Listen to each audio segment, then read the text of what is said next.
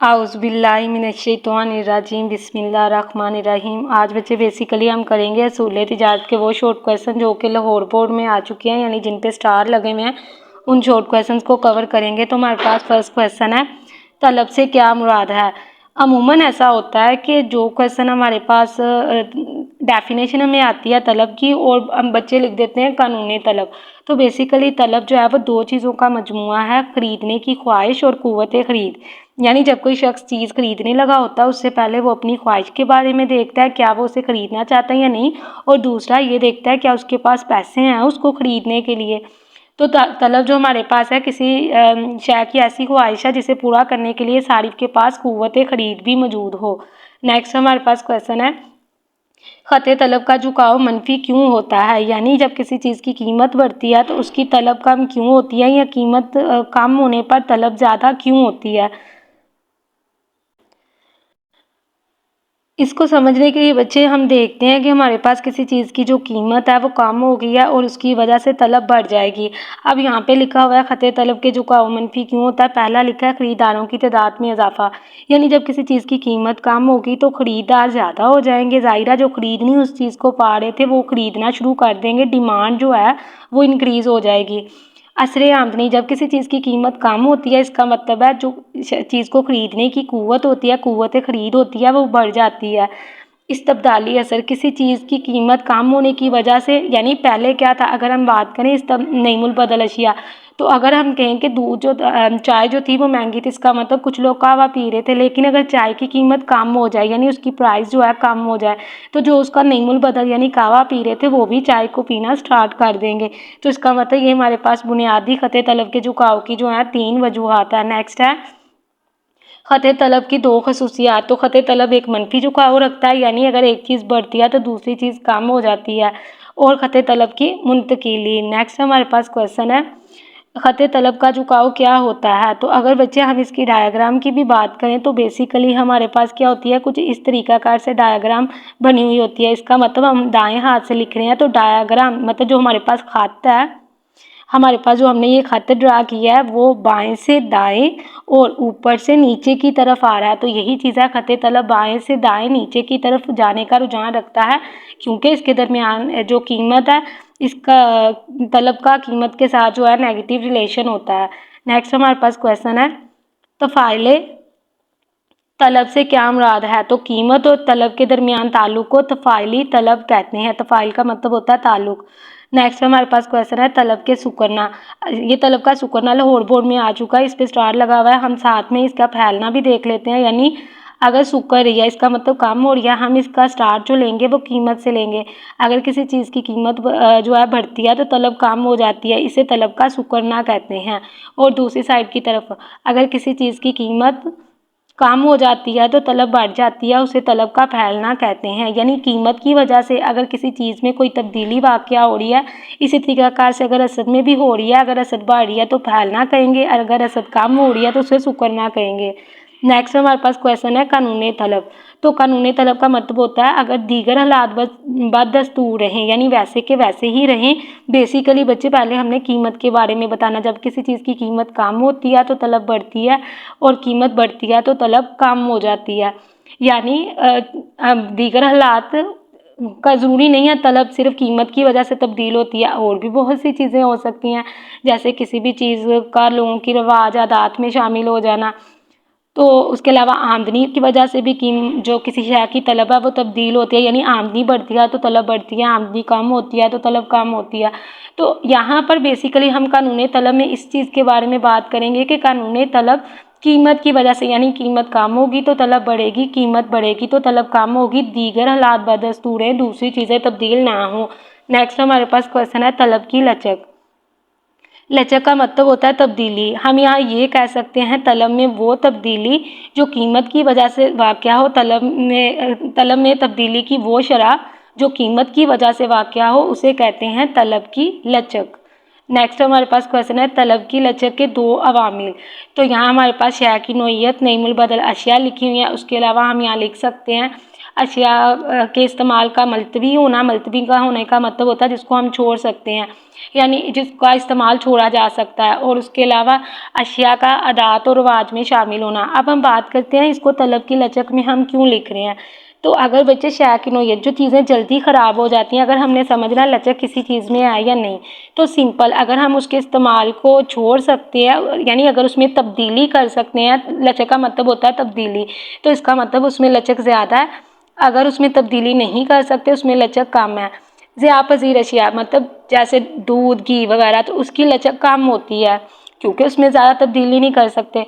और जो पायदार अशिया होती है जैसे कुर्सी, मेज़ वगैरह, तो उनकी तलब की लचक जो होती है वो ज़्यादा होती है। नईमुल बदल अशिया, जिन चीज़ों का नईमुल बदल होता है जैसे चाय और कहवा, तो इनमें लचक ज़्यादा होती है क्योंकि दोनों में से जो चीज़ सस्ती होगी वो कोई भी जो है सारिफ इस्तेमाल कर लेगा।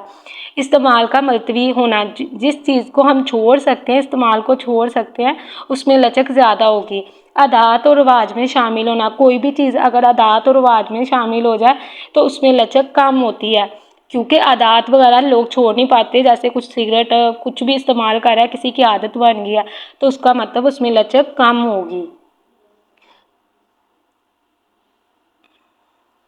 नेक्स्ट हमारे पास बच्चे क्वेश्चन है, तलब की नुक्ती लचक। नुक्ती का मतलब होता है इंतहाई मामूली। अगर कीमत में इंतहाई मामूली तब्दीली की वजह से तलब में भी इंतहाई मामूली तब्दीली वाक़या हो, यानी वो बज़ाहिर नज़र ना आ रही हो, देखने में नज़र ना आ रहा हो, क्योंकि इंतहाई मामूली है, बहुत थोड़ी तब्दीली है, तो उसे हम लोग कहते हैं तलब की नुक्ती लचक। हमारे पास यहाँ फार्मूला लिखा हुआ है, elasticity of demand is equal to delta Q divided by delta P multiply P over Q. Delta का बेसिकली मतलब होता है तब्दीली, और पी मतलब प्राइस यानी कीमत, क्यू क्वांटिटी यानी मिकदार तलब की। नेक्स्ट हमारे पास क्वेश्चन है कोसी लचक। तो कोसी लचक इसके बिल्कुल उलट होगा। कोसी लचक का मतलब होता है, कोसी का मतलब होता है नुमायाँ। अगर कीमत में नुमायाँ तब्दीली की वजह से तलब में भी नुमायाँ यानी ज़ाहरी तौर पर भी नज़र आ रही हो, नुमायाँ तब्दीली वाक़या हो, उसे कहते हैं कोसी लचक। यहाँ पे हमारे पास इसका फार्मूला भी लिखा हुआ है, हमने लाजमी साथ में एग्जाम्पल या फिर उसका फार्मूला लिखना है। नेक्स्ट क्वेश्चन है आमदनी लचक की तारीफ। तो यहाँ पर बात की जाए तो तलब की आमदनी लचक है। इसका मतलब है हम कह सकते हैं तलब में तब्दीली की वो शरह जो आमदनी की वजह से वाक़या हो, उसे तलब की आमदनी लचक कहते हैं। क्योंकि तलब में तब्दीली हो रही है, फार्मूला लिखा हुआ है, तलब में तब्दीली हो रही है, लेकिन किसकी वजह से हो रही है? आमदनी की वजह से। इसी तरीक़ाकार से अगर कीमत की वजह से हो रही होती तो कीमत नीचे आना था, यानी जिस चीज़ की वजह से हो रही होती है वो चीज़ नीचे आती है। ये अमूमन बच्चे फार्मूले यहाँ पे गलत लिख देते हैं। तलब में फ़ीसदी तब्दीली डिवाइडेड बाय आमदनी में फ़ीसदी तब्दीली। नेक्स्ट हमारे पास क्वेश्चन है मुत्तकाते लचक से क्या मुराद है। किसी एक शय की कीमत तब्दील होने की वजह से तलब किसी दूसरी शय की तब्दील हो जाए तो उसे कहते हैं मुत्तकाते लचक। बेसिकली बच्चे अगर देखा जाए, हम बात करें कार की और पेट्रोल की, तो अगर कार की कीमत बढ़ जाए, इसका मतलब तलब हम जो है पेट्रोल की कम कर देंगे, क्योंकि हमारे पास कार ही नहीं है तो हमने पेट्रोल का क्या करना। तो यहाँ पर यही चीज़ लिखी हुई है, मुत्तकाते लचक में फार्मूला अलिफ शय की तलब तब्दील हुई है किसकी वजह से? बे शय की कीमत की वजह से, यानी किसी एक शय की कीमत तब्दील होने की वजह से तलब किसी दूसरी शय की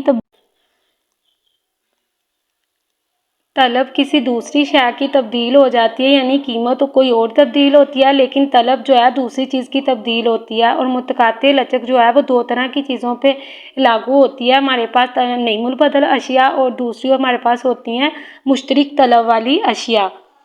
नेक्स्ट हमारे पास क्वेश्चन है नईमुल बदल अशिया। ऐसी अशिया जो एक दूसरे की जगह इस्तेमाल होती हैं उन्हें कहते हैं नईमुल बदल अशिया। जैसे हम कह सकते हैं चाय और कहवा, बकरे का गोश्त और मुर्गी का गोश्त, तो ये एक दूसरे के नईमुल बदल के तौर पे इस्तेमाल होती हैं चीज़ें। नेक्स्ट क्वेश्चन है मुरक्कब तलब से क्या मुराद है। तो बाज़ अशिया एक से ज़्यादा मकासद के लिए इस्तेमाल होती हैं और ऐसी चीज़ों की तलब करना मुरक्कब तलब कहलाता है। जैसे हम बात करें लकड़ी की, तो लकड़ी मुख्तलिफ तरह के मकासद के लिए इस्तेमाल होती है, आग जलाने के काम आती है। उसके अलावा फर्नीचर, मुख्तलिफ तरह की चीज़ें बनाई जाती हैं इससे। तो ऐसी चीज़ की जो तलब है वो मुरक्कब तलब कहलाएगी। यहाँ भी हमारे पास एग्जाम्पल लिखी हुई है, बिजली रोशनी करने के अलावा मुख्तलिफ किस्म की मशीनरी को चलाने और दीगर मकासद के लिए इस्तेमाल होती है। इन तमाम मकासद के लिए बिजली की तलब मुरक्कब तलब कहलाती है। नेक्स्ट हमारे पास क्वेश्चन है मुरक्कब रसद और मुश्तरिक रसद में फ़र्क। तो मुरक्कब का मतलब होता है खुद इकट्ठा करना, और मुश्तरिक रसद यानी ये खुद ही इकट्ठी पैदा होती हैं। यानी अगर हम कोई काम कर रहे हैं, कोई चीज़ें बना रहे हैं, तो वो चीज़ें जो इकट्ठी पैदा होती हैं उसे कहते हैं मुश्तरिक रसद। मसलन चाय और जैसे हम कह सकते हैं कि जैसे गंदम और भूसा, उसके अलावा चावल और भूसा। तो जो बंदा चावल का कारोबार कर रहा होता है, साथ में भूसा ऑटोमेटिकली पैदा होता है, यानी वो चीज़ें जो इकट्ठी पैदा होती हैं। और मुरक्कब रसद का मतलब होता है बाज़ अशिया की रसद मोटी तरह के ज़राए से इकट्ठी होती है, और इन ज़राए से जब मजमूई तौर पर जो रसद हासिल होती है उसे कहते हैं मुरक्कब रसद, यानी वो हम खुद इकट्ठी करते हैं। जैसे हम दूध का कारोबार कर रहे हैं तो दूध मोटी तरह के जानवरों से हासिल होता है, जैसे गाय, भैंस, बकरी। तो इसका मतलब है ये इस तरह की चीज़ों की रसद जो है वो मुरक्कब रसद कहलाएगी। हमारे पास बेसिकली यहाँ भी एग्जाम्पल लिखी हुई है, मसलन गोश्त और दूध। अगर हम गोश्त का भी कारोबार कर रहे हैं तो गोश्त भी इसी तरह से मोटी तरह के जानवरों से हासिल होता है, तो ऐसी रसद को हम कहेंगे मुरक्कब रसद। और दूसरी साइड की तरफ मुश्तरिक रसद में एग्जाम्पल लिखी हुई है चावल और भूसा की। नेक्स्ट क्वेश्चन है, रसद से क्या मुराद है, उसके अलावा स्टॉक या ज़ख़ीरा से क्या मुराद है। तो बेसिकली हमारे पास रसद से मुराद होता है किसी भी ज़ख़ीरा की, मतलब स्टॉक की वो मिकदार जो फ़रोख्तकार किसी ख़ास कीमत पर मंडी में फ़रोख्त करने के लिए पेश करते हैं, उसे कहते हैं रसद। नेक्स्ट क्वेश्चन है, स्टॉक किसी शय की वो कुल मिकदार जो मंडी में मुख्तलिफ फ़रोख्तकारों के पास मौजूद होती है, उसे कहते हैं स्टॉक यानी ज़ख़ीरा। नेक्स्ट क्वेश्चन है, अरसा कलील की रसद। बेसिकली बच्चे अगर हमारे पास अरसा कलील है और हम किसी चीज़ को बना रहे हैं, इसका मतलब है अरसा कलील वो अरसा होता है जिसमें हम अपने मुअय्यना आमले पैदाइश यानी ज़मीन को तब्दील नहीं कर सकते, अपनी बिल्डिंग के फैक्ट्री के साइज़ को इंक्रीज़ नहीं कर सकते, लेकिन हम थोड़ी बहुत पैदावार को कम ज़्यादा कर सकते हैं मेहनत और सरमाए की इकाइयों को कम ज़्यादा करके। यानी मेहनत और सरमाए की इकाइयों को जो है मुतगय्यर आमलीन पैदाइश कहते हैं, यानी हम उन्हें बदल सकते हैं। तो हम कह सकते हैं अरसा कलील में किसी शय की रसद की लचक होती है, यानी तब्दीली की जा सकती है लेकिन कम की जा सकती है। अगर हमें ऑर्डर मिलेगा हम चीज़ें बना सकते हैं लेकिन बहुत ज़्यादा नहीं बना सकते, क्योंकि हम अपनी फैक्ट्री के साइज़ को इंक्रीज़ नहीं कर सकते। तो यही चीज़ यहाँ लिखी है, अरसा कलील इतना अरसा होता है जिसमें किसी शय को बनाने के लिए नए कारखाने तो नहीं लग सकते, अलबत्ता अगर पुराने कारखानों में पैदावारी गुंजाइश हो तो पैदावार बढ़ाई जा सकती है, डबल शिफ्ट चलाई जा सकती है, गोदामों से माल निकाल कर रसद में इजाफा किया जा सकता है। जो ऑलरेडी गोदाम में बनी हुई चीज़ें पड़ी हुई हैं उसके ज़रिए से भी हम अपने ऑर्डर को पूरा कर सकते हैं। लिहाजा कलील अरसे में किसी शय की रसद लचकदार होती है लेकिन कम लचकदार होती है। नेक्स्ट हमारे पास क्वेश्चन है, रसद और ज़ख़ीरा में फ़र्क। तो हम इसकी एग्जांपल को समझ लेते हैं। यहाँ देखा जाए तो हमारे पास लिखा हुआ है कि चीनी की कुल मिकदार जो है 500 टन है, इसे कहेंगे ज़ख़ीरा। और इसमें से जो 500 रुपये फ़ी किलोग्राम के हिसाब से 300 टन मंडी में फ़रोख्त करने के लिए पेश की गई है, उसे कहते हैं रसद। तो यहाँ यही चीज़ लिखी है, अब अगर 100 रुपये फ़ी किलोग्राम कीमत पर इसकी कुल मिकदार में से सिर्फ 300 टन चीनी फ़रोख्त करने के लिए पेश की जाए तो ये रसद कहलाती है। नेक्स्ट हमारे पास क्वेश्चन है ख़त रसद। तो अगर हम ख़त रसद की बात करें तो बेसिकली ख़त रसद का जो ख़त होता है वो कुछ इस तरीक़ाकार से होता है। एस का मतलब होता है सप्लाई, तो इसका मतलब है ये बाएं से दाएं और नीचे से ऊपर की तरफ जा रहा है, यानी इसका जो कीमत के साथ ताल्लुक है वो पॉजिटिव है, यानी कीमत बढ़ेगी तो ये भी बढ़ेगा, यानी सप्लाई बढ़ेगी। अगर कीमत कम होगी तो सप्लाई भी कम होगी। नेक्स्ट हमारे पास क्वेश्चन है, कानून रसद से क्या मुराद है। तो सेम तलब के जैसा ही ये भी, अगर दीगर हालात बाद दस्तूर रहे, लेकिन यहाँ पर एक बात माइंड में रखनी, कीमत बढ़ेगी तो रसद भी बढ़ेगी, यानी दोनों चीज़ें बढ़ेंगी या दोनों चीज़ें कम होंगी, इनके दरमियान में पॉजिटिव रिलेशन है। अगर कीमत कम होगी तो रसद भी कम होगी। नेक्स्ट बच्चे हमारे पास क्वेश्चन है, रसद के सुकड़ने से क्या मुराद है। रसद के फैलने या सुकड़ने से क्या मुराद है। तो सेम वही बात है, अगर हम तलब की बात करें तो तलब में अगर फैलना या सुकड़ना कीमत की वजह से होता है, और इसी तरीक़ाकार से रसद में भी फैलना या सुकड़ना कीमत की वजह से ही होता है। यानी जब किसी चीज़ की कीमत बढ़ेगी तो रसद भी बढ़ेगी, उसे कहेंगे रसद का फैलना। जब किसी चीज़ की कीमत कम होगी तो रसद भी कम होगी, उसे कहेंगे रसद का सुकड़ना। सिर्फ इतना फ़र्क है कि तलब के अंदर जो है कीमत के साथ ताल्लुक पॉजिटिव नहीं बल्कि नेगेटिव होता है, यानी एक चीज़ बढ़ती है तो दूसरी कम होती है, लेकिन यहाँ पर दोनों चीज़ों का पॉजिटिव रिलेशन है। तो बेसिकली जो फैलना या सुकड़ना है वो हमारे पास चाहे तलब है चाहे रसद है वो कीमत की वजह से ही होगा। नेक्स्ट हमारे पास क्वेश्चन है रसद में तब्दीली की वजूहात, यानी रसद में तब्दीली क्यों होती है। खाम माल में कीमत की तब्दीली की वजह से, खाम माल का मतलब होता है चीज़ें बनाने के लिए जो चीज़ें दरकार होती हैं। तो अगर हमें महंगी मिलेंगी इसका मतलब हम उसकी रसद कम करेंगे। तरीका पैदाइश, अगर हम ज़्यादा कॉम्प्लिकेटेड पेचीदा मशीनरी इस्तेमाल करें जिनको चलाना आसान नहीं है तो इसका मतलब है हम उस चीज़ की रसद कम करेंगे। लागत पैदाइश, लागत का मतलब होता है मसारिफ यानी किसी चीज़ को बनाने पर आने वाला खर्च। अगर खर्चा ज़्यादा आ रहा है तो हम उसकी जो रसद है वो कम करेंगे। मौसमी हालात, जिस चीज़ का मौसम नहीं है हम उस चीज़ की रसद कम करेंगे। यानी जैसे सर्दियों में बात की जाए तो हमारे पास जो रसद होती है वो ज़्यादातर होती है गर्म कपड़ों की, तो जिसका मौसम होगा उसकी रसद ज़्यादा होती है। नेक्स्ट हमारे पास क्वेश्चन है रसद के बढ़ने से क्या मुराद है। अगर कीमत में तब्दीली आए बगैर रसद किसी और वजह से बढ़ जाए, यानी कीमत में तब्दीली कीमत में ज़रूरी नहीं, रसद में तब्दीली जो है कीमत की वजह से हो, वो और भी चीज़ों की वजह से हो सकती है। तो अगर कीमत में तब्दीली आए बगैर, तो बाकी चीज़ें कौन सी हैं हम ऑलरेडी पढ़ चुके हैं। कीमत में तब्दीली आए बगैर रसद किसी और वजह से बढ़ जाए उसे कहते हैं रसद का बढ़ना। अगर कीमत में तब्दीली आए बगैर रसद किसी और वजह से कम हो जाए उसे कहते हैं रसद का सुकरना। नेक्स्ट क्वेश्चन है कानूनी रसद की हदूद। हदूद यानी मुस्तस्नियात, यानी वो कौन कौन सी चीज़ें हैं जिस पर जो है कानूनी रसद लागू नहीं होता। तो इस बात को हम समझ लेते हैं कि एग्जाम्पल के ज़रिए से।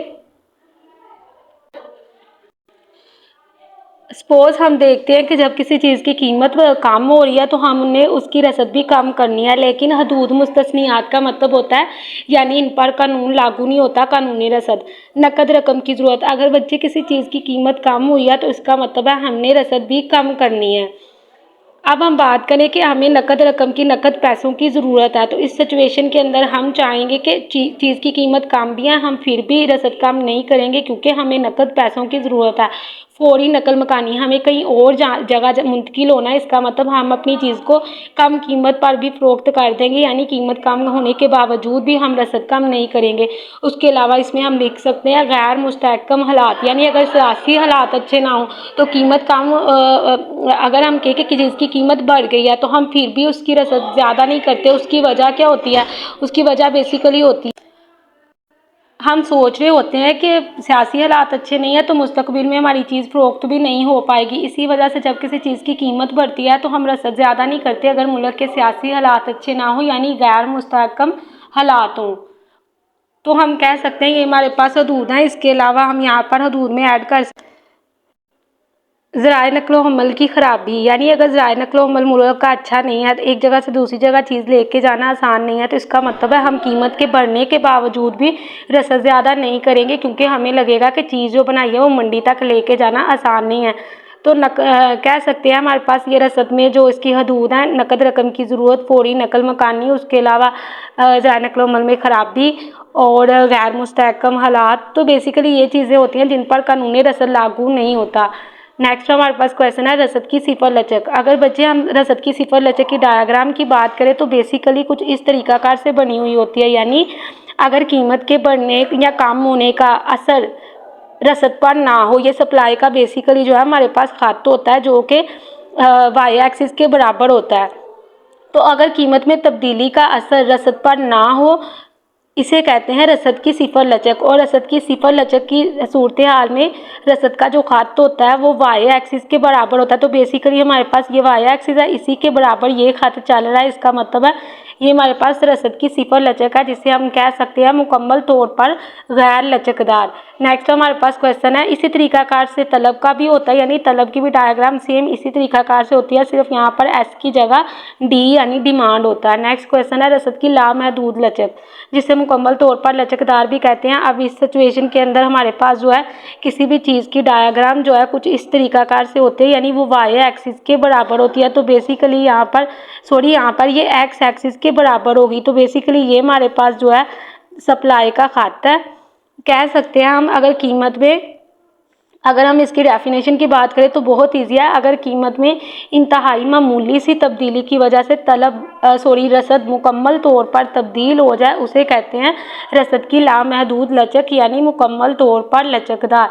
और इस सूरत हाल में किसी भी चीज़ का जो रसद का खत होता है वो हमारे पास एक्स एक्सिस के बराबर होता है। और सिफर लचक में वाई एक्सिस के बराबर होता है। तो बेसिकली ये हमारे पास यहाँ दो डेफिनेशंस है और इनके खत है। नेक्स्ट हमारे पास क्वेश्चन है मुश्तरक रसद। तो वो चीज़ें जो इकट्ठी पैदा होती हैं उन्हें मुश्तरक रसद कहते हैं, मसलन गंदम और भूसा। नेक्स्ट क्वेश्चन है रसद की लचक इकाई से कम। जब भी इस तरह से क्वेश्चन आए हमने कीमत से स्टार्ट करना है। अगर कीमत में तब्दीली की निस्बत रसद में कम शरह से तब्दीली वाक़या हो उसे कहते हैं रसद की लचक इकाई से कम। तो अगर कीमत में तब्दीली की जो निस्बत रसद में कम शरह से तब्दीली वाक़या होगी उसे रसद की लचक इकाई से कम कहेंगे। अगर ज़्यादा होगी तो रसद की लचक इकाई से ज़्यादा कहेंगे। अगर दोनों में बराबर शरह से तब्दीली वाक़या हो उसे रसद की लचक इकाई के बराबर कहते हैं। नेक्स्ट क्वेश्चन है वक़्त के लिहाज से रसद की इक़साम। वक्त के लिहाज से रसद तीन तरह की होती है, बाजारी रसद, अरसा कलील की और अरसा तवील की रसद। नेक्स्ट क्वेश्चन हम ऑलरेडी पढ़ चुके हैं मुरक्कब रसद, यानी वो चीज़ें जो मुती तरह के ज़राए से इकट्ठा करते हैं तो इसे कहते हैं मुरक्कब रसद। जैसे गाय जो दूध है वो मुती तरह के जानवरों से हासिल होता है और मजमूई तौर पर जो उनकी मिकदार होगी उसे कहते हैं मुरक्कब रसद। नेक्स्ट क्वेश्चन है मंडी। वो जगह जहाँ पर अशिया और खिदमात की खरीदो फरोख्त होती है उसे कहते हैं मंडी, मसलन सब्जी मंडी, मछली मंडी वगैरह। नेक्स्ट क्वेश्चन है मंडी के तवाज़न से क्या मुराद है। अगर बच्चे मंडी के तवाज़न की बात की जाए तो मंडी का तवाज़न वहाँ पे होता है जहाँ तलब और रसद एक दूसरे के बराबर होती है। ये बेसिकली हमारे पास रसद का खत हो गया, ये तलब का। अब जिस नुक्ते पे ये एक दूसरे के बराबर होंगे उसे हम लोग कहेंगे मंडी का तवाज़न। हम कह सकते हैं तलब और रसद का खत एक दूसरे की मुखालिफ सीमत में होते हुए जिस नुक्ते पर एक दूसरे बराबर हो जाता है उसे कहते हैं मंडी का तवाज़न। नेक्स्ट हमारे पास क्वेश्चन है तवाज़नी कीमत से क्या मुराद है। तो देखा जाए तवाज़नी कीमत कौन सी होती है। हम दोबारा से इसी डायग्राम की बात करते हैं। तलब और रसद का खत जो होता है एक दूसरे की मुखालिफ सीमत में होते हुए जिस कीमत पर एक दूसरे के बराबर हो जाता है, यानी बच्चे यहाँ पर बात की जाए तो बेसिकली ये जो हमारे पास होगी ये प्राइस यानी कीमत होगी। तो हम कह सकते हैं कि तलब और रसद का खत एक दूसरे की मुखालिफ सीमत में होते हुए जहाँ पर एक दूसरे के बराबर हो जाता है उसे कहते हैं मंडी का तवाज़न। जिस कीमत पे बराबर होता है यानी तलब और रसद का खत एक दूसरे की मुखालिफ सीमत में होते हुए जिस कीमत पर एक दूसरे के बराबर होता है उसे कहते हैं तवाज़नी कीमत। और जिस मिकदार पे बराबर होता है यानी अगर नीचे बात की जाए तो बेसिकली नीचे की तरफ आए तो ये हमारे पास क्वांटिटी यानी क्यू है। तो तलब और रसद का जो खाता है जो एक दूसरे की मुखालिफ सीमत में होते हुए जिस मिकदार में एक दूसरे के बराबर होता है उसे कहते हैं तवाज़नी मिकदार। नेक्स्ट हमारे पास क्वेश्चन है कीमतें महफूज। तो कीमतें महफूज से मुराद किसी चीज़ की वो कम अज़ कम कीमत होती है जिस पर कोई भी जो फ़रोख्तकार होता है चीज़ फ़रोख्त करने के लिए रजामंद ना हो बल्कि उसे ज़ख़ीरा करने पे मजबूर हो जाए उसे कहते हैं कीमतें महफूज। नेक्स्ट हमारे पास क्वेश्चन है ज़िया पज़ीर अशिया। वो अशिया जो जल्दी गल सड़ जाती है, जल्दी ख़राब होने वाली चीज़ों को कहते हैं ज़िया पज़ीर अशिया, मसलन गोश्त, सब्ज़ी वगैरह। नेक्स्ट हमारे पास क्वेश्चन है मियारी कीमत। बेसिकली जो मियारी कीमत होती है किसी भी चीज़ की वो अरसा तवील में मुकर्रर होती है। मियार का मतलब होता है अच्छा, अच्छी चीज़ होना, अच्छी कीमत किसी चीज़ की मुकर्रर होना। तो इसका मतलब अच्छी कीमत मुकर्रर होती है तलब के मुताबिक। यानी हम कह सकते हैं मियारी जो अरसा तवील होता है वो अरसा होता है जिसमें सारे के सारे आमलीन पैदाइश हम तब्दील कर सकते हैं। यानी हम ज़मीन को भी तब्दील कर सकते हैं, अपने फैक्ट्री के साइज़ को भी इंक्रीज़ डिक्रीज़ कर सकते हैं। तो पढ़ते हैं यहाँ क्या लिखा है। किसी शय की मियारी कीमत से मुराद वो कीमत होती है जो ऐसे हालात में पैदा होती है जिसमें तलब और रसद के तवाज़न से राइज हो। यानी जब आजरों के पास इतना वक़्त हो कि वह शय की तलब के में कमी पेशी की सूरत में इस शय की रसद में भी कमी पेशी कर सके, यानी इसमें रसद मुअय्यना ना हो। मुअय्यना का मतलब होता है मुकर्रर रहना, बल्कि हालात के मुताबिक इसमें कमी पेशी की जा सके। तो इसका मतलब है जो अरसा तवील में यानी इतना वक़्त होता है कि कोई भी जो आजर होता है वो तलब के मुताबिक रसद कर पाता है, तो उस अरसे में किसी चीज़ की जो कीमत मुकर्रर करते हैं उसे कहते हैं मियारी कीमत। नेक्स्ट हमारे पास क्वेश्चन है बाज़ारी कीमत। तो बाज़ारी कीमत जो है बाज़ारी अरसे में मुकर्रर की जाती है। बेसिकली बाज़ारी अरसा एक दिन या उससे कमो पेश पर मुश्तमिल होता है और किसी एक दिन या कमो पेश के दौरान किसी भी चीज़ की जो कीमत मुकर्रर की जाती है उसे कहते हैं बाज़ारी कीमत। नेक्स्ट क्वेश्चन करने से पहले आप सबसे एक छोटी सी रिक्वेस्ट है। मेरे कुछ कोलीग्स हैं जो कि यतीम खाना खोलने के बहुत ख्वाहिशमंद है और इसके लिए फ़ंड इकट्ठा कर रहे हैं। अगर आप नेकी के इस काम में अपनी कंट्रीब्यूशन करना चाहते हैं तो नीचे डिस्क्रिप्शन में जो नंबर दिया गया है उस पर जायज़ कैश करवा सकते हैं, या कोई भी कंट्रीब्यूशन करना चाहता है तो आप ये कॉन्टैक्ट नंबर उन्हें दे सकते हैं। इंशाल्लाह आपकी दी हुई रकम किसी भी गलत मकसद के लिए इस्तेमाल नहीं होगी। चैनल को सब्सक्राइब करना और वीडियो को लाइक करना नहीं भूलना ताकि मुझे इससे मोटिवेशन मिलती रहे। तो नेक्स्ट हमारे पास क्वेश्चन है कलील मुद्दत कीमत। इसका मतलब है बच्चे, हमने पढ़ा था कलील अरसे की रसद, यानी वो अरसा होता है जिसमें हम ज़मीन को यानी फैक्ट्री के साइज़ को इंक्रीज़ डिक्रीज़ नहीं कर सकते, लेकिन पैदावार को थोड़ा बहुत कम ज़्यादा कर सकते हैं मुतगय्यर आमलीन पैदाश यानी मेहनत और सरमाए की इकाइयों को बढ़ा के या फिर कम करके। तो इसका मतलब है जो हमारे पास अरसा कलील में किसी चीज़ की जो कीमत मुकर्रर की जाती है उसे कलील मुद्दती कीमत कहते हैं, और बाज़ारी अरसे के अंदर जो किसी चीज़ की कीमत मुकर्रर की जाती है उसे बाज़ारी कीमत कहते हैं, और जो अरसा तवील में किसी चीज़ की कीमत मुकर्रर की जाती है उसे मियारी कीमत कहते हैं। तो पढ़ते हैं यहाँ क्या लिखा है, वो कीमत जो कलील अरसे में राइज हो जब तलब बढ़ने से पहले मौजूदा सरमाए की मदद से ही काम के औकात बढ़ाकर पैदावार बढ़ती है, तो इस अरसे की कीमत को कलील मुद्दत की कीमत कहते हैं। यहाँ पर देखा जाए तो नेक्स्ट हमारे पास बच्चे क्वेश्चन है, लास्ट क्वेश्चन है तवाज़नी कीमत। ये क्वेश्चन वैसे तो लाहौर बोर्ड में नहीं आया हुआ, लेकिन एक बात याद रखिएगा बच्चे, यहाँ पर अगर देखा जाए हम तवाज़नी मिकदार को बहुत आसानी से समझ सकते हैं, यानी तलब और रसद एक दूसरे की मुखालिफ सिमत में होते हुए जिस मिकदार पे, क्योंकि नीचे मिकदार है, जिस मिकदार पे एक दूसरे के बराबर हो जाती है उसे तवाज़नी मिकदार कहते हैं, जिस कीमत पे एक दूसरे के बराबर हो जाती है उसे तवाज़नी कीमत कहते हैं, और जिस नुक्ते पे एक दूसरे के बराबर हो जाती है उसे मंडी का तवाज़न कहते हैं। तो वैसे तो तवाज़नी मिकदार का क्वेश्चन लाहौर बोर्ड में नहीं आया, लेकिन तवाज़नी कीमत का और मंडी के तवाज़न का क्वेश्चन पेपर में शॉर्ट के तौर पे आ चुका है। यही है हमारे पास इस चैप्टर के शॉर्ट क्वेश्चन जो कि लाहौर बोर्ड में आ चुके हैं, यानी जिन पे स्टार लगे हुए हैं।